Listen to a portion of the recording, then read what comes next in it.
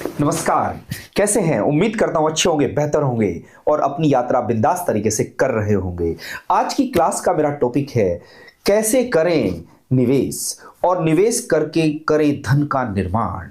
ठीक है, आप जानते हैं निवेश एक ऐसा मूल मंत्र है जो हमारे जीवन के लिए बड़ा महत्वपूर्ण है। अगर निवेश नहीं है तो जीवन काटना बड़ा मुश्किल हो जाएगा। बड़ा मुश्किल क्यों कह रहा हूं? क्योंकि हम इंसानी फितरत है, हम इंसानों की फितरत रही है कि हम 3 लाख साल जंगलों में रहे हैं और 3 लाख साल जो जंगलों में हमारा निवास रहा है उस कारण हमें भटकाव हमेशा हमारे मन में लगा रहता है। और इस भटकाव को समझने के लिए आज मैं आपके सामने इस निवेश की यात्रा शुरू कर रहा हूं। आइए चलते हैं आज की इस महत्वपूर्ण कड़ी पर। कामयाब इंसान बनना है तो इन 3 बातों को हमेशा याद रखना है। ठीक, क्योंकि निवेश की यात्रा है, ये निवेश की यात्रा है। निवेश करके हम धन का निर्माण करने की बात कर रहे हैं। तो धन का निर्माण क्यों? धन क्या है आप जानते हैं? भगवान के बाद अगर कोई इस पृथ्वी पर कोई है तो वो पैसा है, वो धन है। अब ये धन मिले कैसे जानते हम सब हैं, सबको पता है। उसके लिए कुछ 3 बातों का हमें विशेष ध्यान देना होगा। वो 3 बातें क्या हैं आइए देखते हैं। सबसे पहले हमारे अंदर क्या होना चाहिए? हमें धीरज रखना होगा, पेशेंस रखना होगा। सबसे ज्यादा कमी हमारे अंदर इसी की ही तो है। ऐसा क्यों? उसका रीजन है हमने कभी धैर्य की बात ही नहीं की है। हमें बहुत जल्दी में सब कुछ चाहिए। जैसा कि हम जानते हैं अगर हम और आप आपस में बात करें और किसी से पूछा जाए कि आपको धन ज्यादा चाहिए या जल्दी चाहिए, तो हम इंसानी फितरत में हम बोलते हैं जल्दी चाहिए। जल्दी कुछ नहीं मिलता है। अगर जल्दी मिलता तो दुनिया में सभी करोड़पति अरबपति हो जाते। क्यों? क्योंकि हमारे पास धैर्य धीरज नहीं होता है। दूसरा, हमारे पास जिद नहीं होती है। एक मजबूत जिद होने की आवश्यकता होती है, क्योंकि यह एक अक्षय पात्र है पैसा कमाना। और बचपन से हमारी पीढ़ियां लग गई कि आपकी और मेरी कितनी पीढ़ियां खप गई है, लेकिन आज पैसा नहीं है। लेकिन हम इस यात्रा को इस वजह से शुरू किए हैं कि दुनिया में, पूरे भारत में फाइनेंशियल इंडिपेंडेंट हम बन जाएं। क्योंकि हमारी स्कूली शिक्षा में आपको ध्यान देना है, हमारी स्कूली शिक्षा का एक सबसे बड़ा दोष क्या है? हम सबको सिखाया जाता है पैसा कमाओ, पैसा कमाओ। अच्छी बात है, लेकिन पैसा कमाने के बाद हम पैसे से करें क्या? यह हमारी सबसे बड़ी मुश्किलात है। क्योंकि दुनिया में जितने भी लोग धनी हुए हैं वो एक्टिव इनकम से नहीं हुए हैं, वो पैसिव इनकम से हुए हैं। और वो पैसिव इनकम क्या है? पैसिव इनकम किसे कहते हैं? जब हम सो जाएं तब भी पैसा हमारे पास बनता रहे। और जब हम इंसानों की पैसिव इनकम एक्टिव इनकम से ज्यादा हो जाती है, जीवन उसी दिन शुरू होता है। यह समझिएगा, जीना उसी दिन ही शुरू होता है। उसके लिए हमें करना क्या होगा? वो एक ही मूल मंत्र है, निवेश। अब निवेश कौन कराए हमारा? कौन होगा जो हमारा सारथी बनेगा? आप सबको मालूम होगा, महाभारत की घटना आप सबने सुनी है। महाभारत में भगवान कृष्ण और दुर्योधन का एक संवाद है। दुर्योधन ने भगवान कृष्ण से पूछा कि मुझे आपकी सेना चाहिए। कृष्ण जी ने कहा ठीक है, आप सेना ले लीजिएगा, सेना सारी मैं आपको दे देता हूं। अब देखिएगा, भगवान कृष्ण की कंप्लीट सेना किसके पास पहुंच गई? दुर्योधन के पास पहुंच गई। अब पांडव पक्ष में लगा कि भाई सेना तो सारी गई, बचे कौन? माधव। अब वो माधव तो माधव थे, सब कुछ होने के बावजूद भी सेना अब किसके पास है? दुर्योधन के पास है। दुर्योधन बड़ा अपने आप में अभिमान करके बैठा, अब तो कान्हा के पास कुछ बचा ही नहीं। लेकिन आप जानते हो, जब पांडवों को कान्हा का साथ मिला तो पांडव युद्ध जीत गए। क्यों? क्योंकि उनके साथ एडवाइजर था, उनके साथ सलाहकार था। इस निवेश की दुनिया में आपका पहला मंत्र सलाहकार होना आवश्यक है। अगर कोई आपका सलाहकार नहीं है तो सेम ऐसा ही दुर्योधन के पास सब कुछ था, उसके बावजूद भी वो हार गया। क्योंकि आज की डेट में हम सलाह लेना ही नहीं चाहते। इस चैनल पर जब आप आए हो तो हमेशा आपको ऐसी सलाह ही मिलती रहेगी, और यह सलाह आपके जीवन में हमेशा आपको आगे ही लेके चलेगी। तो आप ध्यान दीजिएगा, इस पूरी यात्रा में मैं आपके साथ सलाहकार की भूमिका में रहूंगा। दूसरा वर्ड मैंने आपसे कहा जिद। जिद होनी चाहिए, जीतने की जिद होनी चाहिए। धैर्य रखा है कि 15 साल तक मैं पैसा नहीं निकालूंगा, अक्षय पात्र की तरीके से पैसा जोड़ना होगा। तीसरा होता है जुनून, पैशन। जिस व्यक्ति में तीनों चीजें आ गई वही वॉरेन बफेट बन सकता है। अब आप कहोगे सर वॉरेन बफेट की बात क्यों कर रहे हो? क्योंकि देखो पूरी दुनिया में आज हमारे आधुनिक युग में वॉरेन बफेट की जो उम्र है आज 95 साल हो गई है, 95 ईयर। अब 95 साल की आयु में आज अगर मैं बात करूं उनकी नेटवर्थ 150 बिलियन यूएस डॉलर के आसपास है। 150 बिलियन यूएस डॉलर। कैसा एक व्यक्ति इतना पैसा कमा सकता है? क्या था उसके पास? उसके पास ये तीनों बातें थी। वो आज दुनिया के आइडियल बन गए हैं, आदर्श बन चुके हैं। इस निवेश की दुनिया में उनसे बड़ा कोई आदर्श नहीं है। और भारत में अगर मैं आदर्श की बात करूं तो राकेश झुनझुनवाला, लेट राकेश झुनझुनवाला, एक ही मूल मंत्र था। उन्होंने कोई बहुत बड़ी साइंस नहीं है। Investment is not a science but this is a art. इसमें लोगों के तर्क वितर्क हो सकते हैं। कुछ कह सकते हैं कि हमने इस तरीके से पैसा कमाया है, कुछ कह सकते हैं हमारा ये तरीका हो सकता है। हाँ, अलग अलग तरीके हो सकते हैं, लेकिन कॉमन बात क्या है? कॉमन बात है धैर्य। जो लंबे समय तक टिकेगा वही यहां पर जीत कर पाएगा। आज की यात्रा में मैं आपको ये सारी बातें बताऊंगा, ठीक? और इस यात्रा के लिए बस आपको ठहरना है, देखना है और टिके रहना है। कोई भी दौड़ के लिए दौड़ना जरूरी नहीं होता है, बस छोटे छोटे कदम इंपॉर्टेंट होते हैं। अब यह मत कहना कि सर हमारे पास एक साथ 10,000 रुपए महीना नहीं है। अरे 100 रुपए महीना से शुरुआत करो। 100 रुपए से स्टार्ट करोगे, पहला स्टेप लो, जिंदगी आगे बढ़ती चली जाएगी। बट स्टार्ट तो करो। जो स्टार्ट नहीं करेगा वो केवल और केवल भविष्य में ये कहता रह जाएगा, काश मैंने तब कर लिया होता। तो कोई भी युद्ध जीतना है, कोई भी दौड़ पूरी करनी है तो पहला स्टेप आप ले लीजिए। उसके लिए हम बैठे हैं, सलाहकार की भूमिका में आपके साथ चलेंगे। बस लगातार आपको इस दौड़ में चलते रहना है, ठीक? क्योंकि छोटे छोटे कदम से ही दौड़ पूरी होती है, वैसे ही छोटे छोटे स्टेप से ही हम भी अपनी लाइफ में बड़ा बदलाव और अचीवमेंट पा सकते हैं। यही मंत्र है। इस मंत्र को कारगर करने के लिए आज हम आगे बढ़ रहे हैं। और इसमें कुछ और बहुत बहुत बड़ा विज्ञान नहीं है। ये क्या है? ये आइए चलते हैं। आज मैं इस पूरी क्लास के अंदर आपको एक ऐसा उम्दा विषय बता रहा हूं जो आज की डेट में सबसे बेहतर इन्वेस्टमेंट का व्हीकल है। इन्वेस्टमेंट का व्हीकल क्यों कह रहा हूं? क्योंकि छोटे से पेड़ से लेके आप सबसे पहले 1,000 रुपए का एक पौधा लगाया आपने, धीरे धीरे ये ग्रो हुआ और ग्रो होते होते होते होते ये कब वट वृक्ष बन जाएगा आप नहीं समझ पाओगे। पहला स्टेप कंपाउंडिंग एक इस दुनिया का 8वां अजूबा है जिसने इस कंपाउंडिंग के जादू को नहीं समझा। क्योंकि हम इंसानों की जो फितरत है, हम लीनियर सोचते हैं, एक रेखीय सोचते हैं। अब आप कहोगे सर एक रेखीय क्या है? एक रेखीय का मतलब है हम एक लाइन में सोचते हैं। अगर मैं आपसे कहूं 2 + 2 कितना होता है तो आप कहोगे 4। मैंने कहा 4 + 2 कितना होता है तो आप कहोगे 6। मैंने कहा 6 + 2 क्या होता है तो आप कहोगे 8। 8 + 2 कहेंगे तो आप 10। बड़े आसानी से आप जवाब देते चले जाओगे। ये हमारे मन जो इंसानी मन है उसकी फितरत होती है लीनियर सोचना। परंतु कंपाउंडिंग कुछ और है। कंपाउंडिंग आसानी से लोगों को समझ में नहीं आता है। आपको सर क्यों? क्योंकि कंपाउंडिंग में एक्सपोनेंट होता है।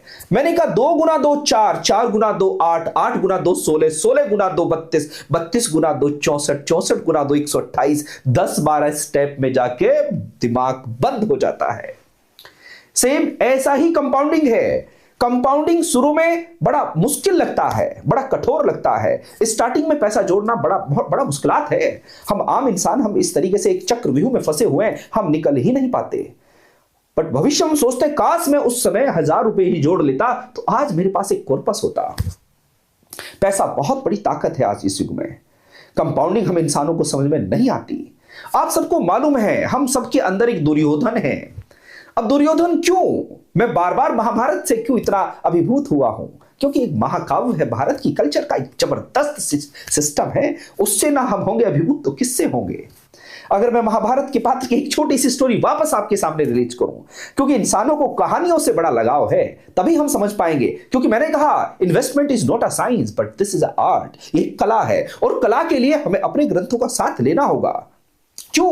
क्योंकि देखिएगा मैं आपको कई सारी घटनाएं बता सकता हूं, परंतु फिर भी मैं आपको महाभारत पर वापस ले जाता हूं।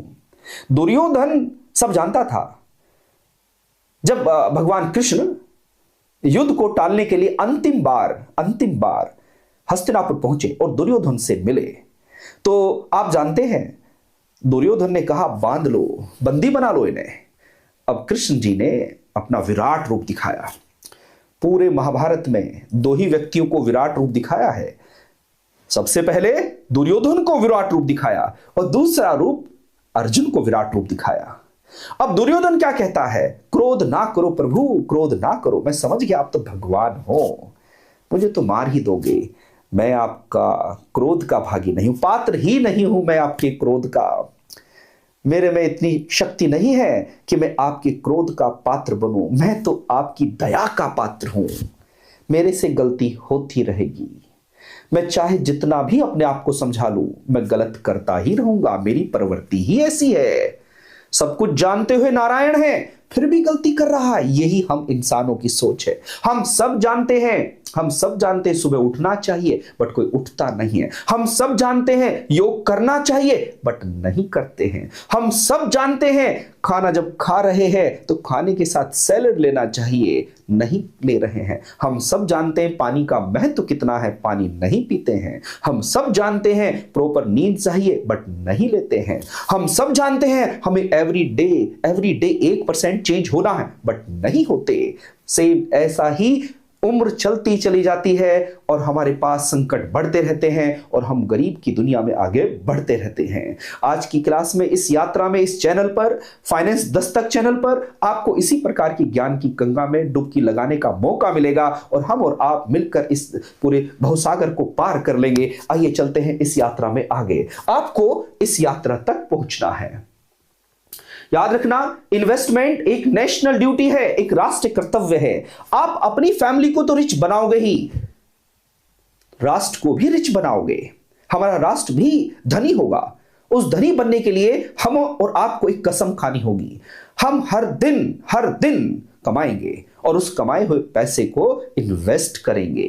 ठीक है, 1/10 इन्वेस्ट करेंगे। 100 रुपए कमाते हैं तो 10 रुपए इन्वेस्ट करेंगे, उससे आपकी पूरी लाइफ चेंज हो जाएगी। कैसे? आइए यात्रा को आगे बढ़ाते हैं।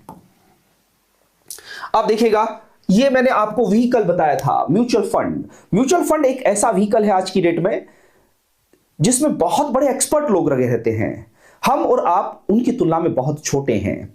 अब सवाल है कि सर हम कैसे उन एक्सपर्ट लोगों को अपना पैसा दें? आज आप जानते हैं हमारे देश में म्यूचुअल फंड इंडस्ट्री का जो साइज है 80 लाख करोड़ है। आज 2026 में हम इस बात कर रहे हैं। 80 लाख करोड़, 80 लाख करोड़, 80 लाख करोड़ की म्यूचुअल फंड इंडस्ट्री है।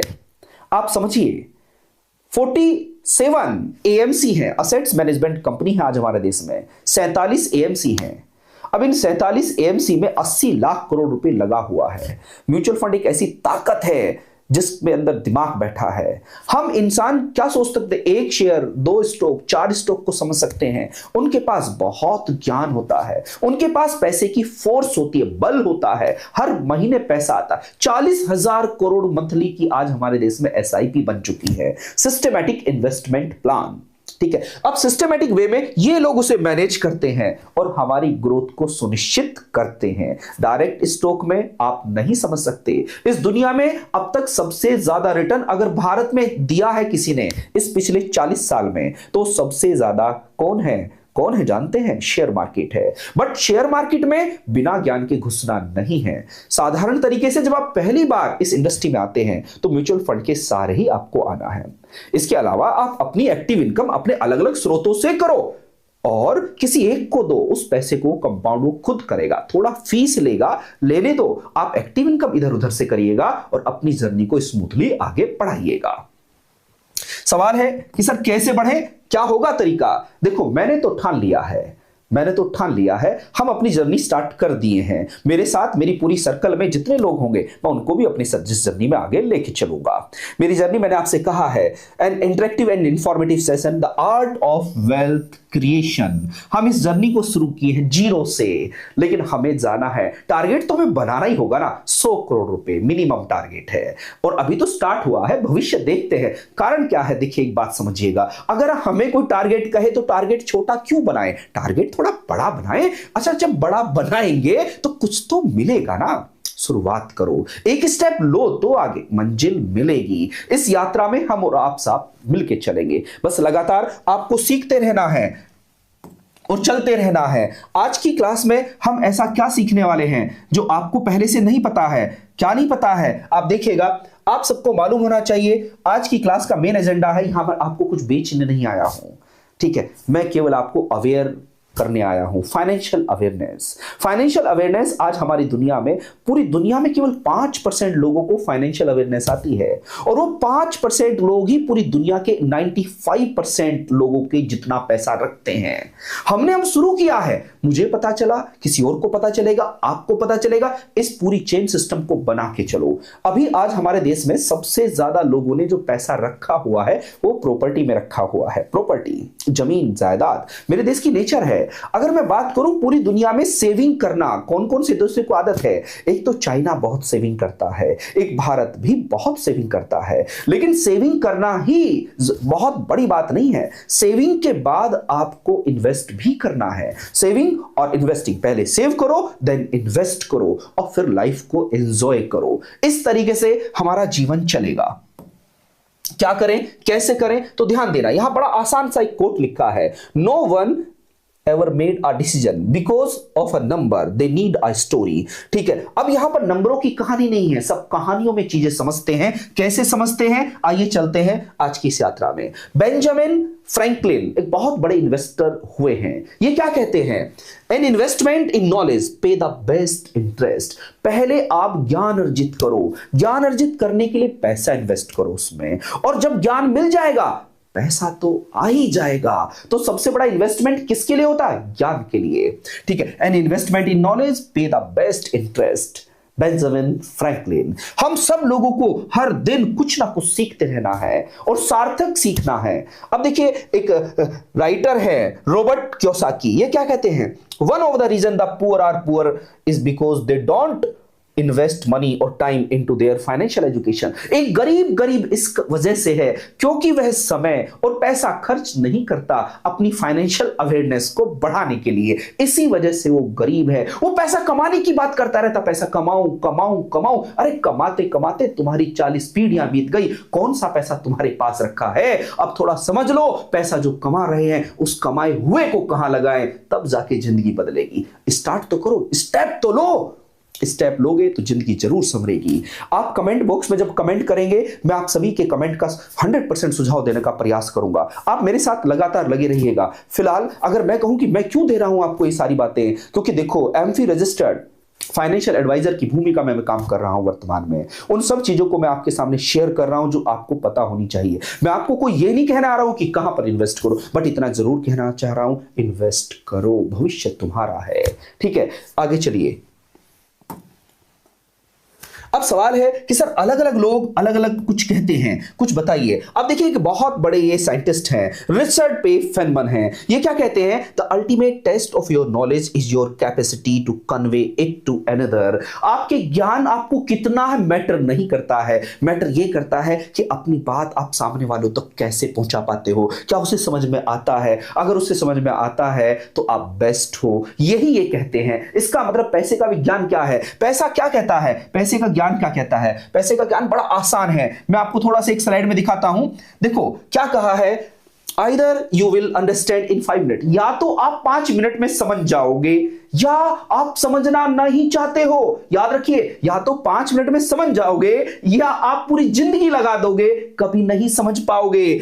Either you will understand in 5 minutes or you would not understand for lifetime, या फिर पूरे जीवन नहीं समझ पाओगे। पूरी दुनिया में आपने देखा है ना, हमारे आसपास के लोग हमसे क्या कहते हैं, पैसा हाथ का मैल है, पैसा हाथ का मैल है। अच्छा, ये कौन कहता है जानते हो, जिसने कभी कमाया नहीं वो कहता है, जिसके पास नहीं वो कहता है। अगर हाथ का मैल है तो हाथ घिस दो ना पकड़ के उसका पूरा पत्थर पे, और उससे कहो कि बता पैसा कहां है। तू हाथ का मैल बोलता क्योंकि तेरे पास नहीं है। हमारे आसपास ऐसे लोग मिलेंगे, उन लोगों से सावधान रहना, सतर्क रहना है, निगेटिव अप्रोच से बचना है। जिसने पैसा कमाया है उसकी रेस्पेक्ट करनी है, उससे सीखना है इसने कैसे कमाया है। लेकिन हम अपने देश की एक आदत से मजबूर हैं। कौन सी आदत है, हमें आदत लगी हुई है कि पड़ोसी के पास इतना पैसा क्यों है, नंबर 2 से आया होगा, मुझे तो पता है कि इसने नंबर 2 से बनाया है, अरे तेरी में दम है, तू नंबर 4 से बना के दिखा दे। सवाल ये है ना, हम एक दूसरे की आलोचना करने में मशगूल हैं, इसी वजह से हम कमजोर हैं।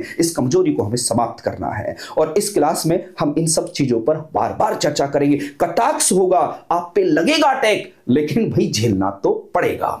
ठीक है, कड़वा, देखो सच क्या होता है, कड़वा होता है। दवाई जो कड़वी होती है उसका असर थोड़ा ज्यादा होता है। मीठी बात करने के लिए नहीं आए हैं, ठीक है। आइए चलते हैं आगे। अब देखिएगा, is money everything in life? Yes, बिल्कुल है। जीवन में आज पैसा बहुत कुछ है। आधे लोग क्या कहते हैं, पैसा सब कुछ नहीं होता है। अरे होता है भैया।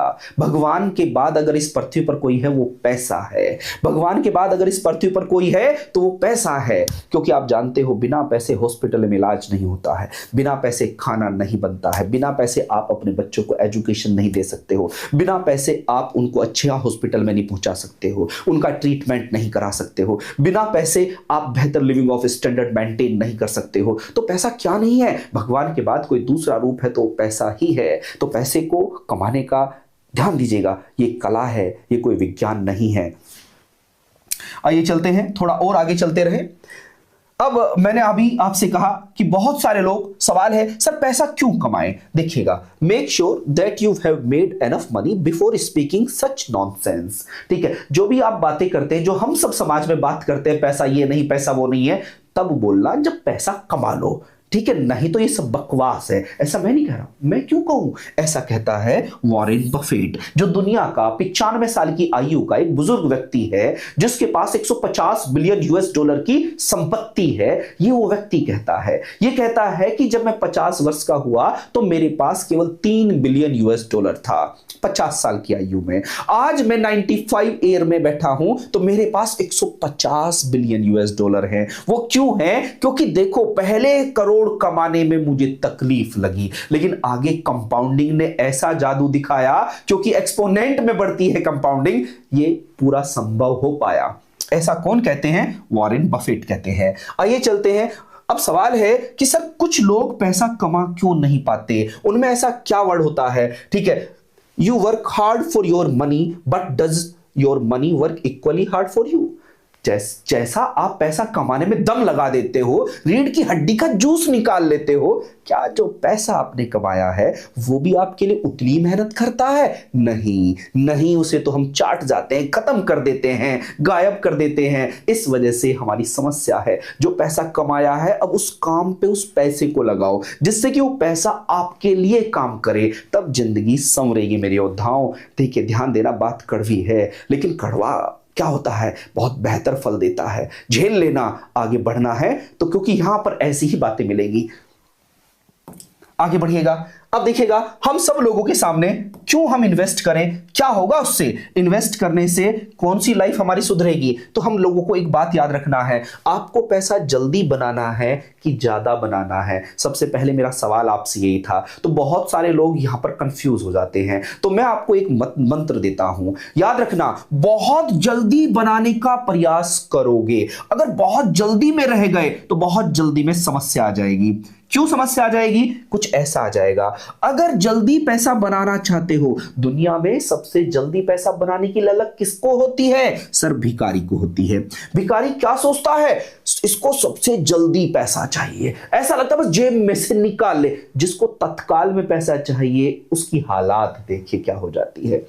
मजदूर कहता है मुझे एक दिन की दिहाड़ी चाहिए, क्योंकि उसको एक दिन में पैसा चाहिए तो वो मजदूर है। तीसरा कोने से महीने में चाहिए, वो सैलरी वाला व्यक्ति है। सैलरी वाले व्यक्ति की सबसे बड़ी सोच क्या? बस एक महीने का पैसा मिल जाए, और उस एक महीने के पैसे को तुरंत घुमा देता, फिर लकीर का फकीर बना रहता है। और तीसरा कौन है? दुकानदार। ये दुकानदार चौथा है। ये क्या कहता है? नहीं नहीं, मुझे जल्दी नहीं, 1 या 1.5 साल के बाद मैं फाइनल चेक करूंगा कि मुझे नफा हुआ है या नुकसान हुआ है, लेकिन ये प्रॉफिट में जाता है।